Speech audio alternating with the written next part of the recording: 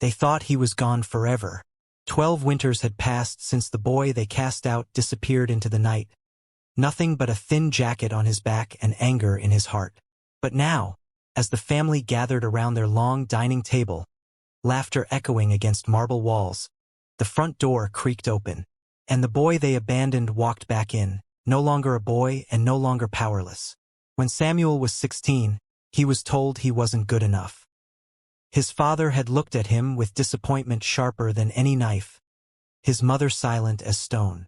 A mistake at school, a fight with neighbors' sons, and suddenly he was branded a disgrace. They called him unworthy, a failure, and with a single cruel decision, they threw him out into the cold night. He had begged, his voice breaking, but his father's words were final. "This house is not for the weak," and his mother turned her face away. That night, Samuel swore he would never forgive them. The years were cruel, but Samuel was crueler. He worked jobs no one wanted, learned skills no one taught, and rose through a world that chewed men alive. He had nothing, but he built everything. By the age of 28, he owned what his parents never dreamed of: companies, land, and power hidden behind his silence. And yet, he never returned. Not until tonight. The family had changed little. His father's hair had grayed. His mother's smile had grown thinner, but the house was the same. Gold chandeliers, silver spoons, a table heavy with food. They laughed, the sound hollow, as though nothing had ever been broken.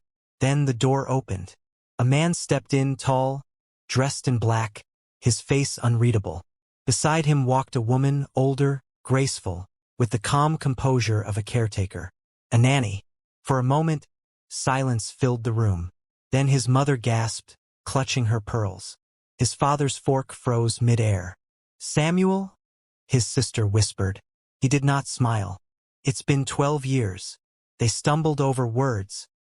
Apologies, excuses, desperate laughter.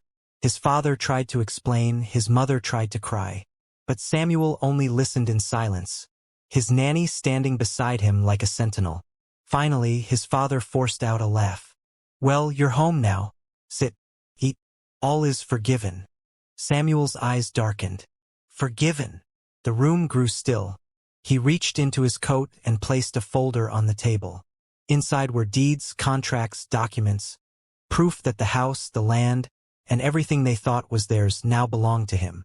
"I didn't come for forgiveness," Samuel said, his voice low. "I came for what you told me I could never have." The nanny stepped forward, her eyes cold, her hands steady. She opened another envelope and dropped photographs onto the polished wood. Photos of debts hidden, of affairs whispered, of corruption covered. Secrets his parents thought buried now stared back at them. His mother trembled. His father's face turned white. "You taught me cruelty," Samuel said softly.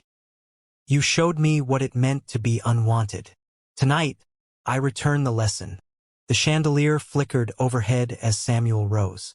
He didn't raise his voice, didn't shout, but every word struck harder than any scream. "This house is no longer yours. By morning you will leave it as you once forced me to leave. You will taste the silence of the streets, the hunger of empty nights. And when you beg for mercy, remember the boy you called weak." The nanny placed a single key on the table, the key to their exile. Samuel turned and walked away, the nanny following close behind.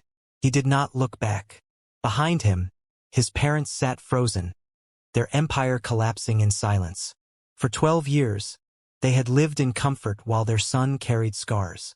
Now justice had come, not with fists, not with fire, but with the cold precision of a man who had learned to turn pain into power.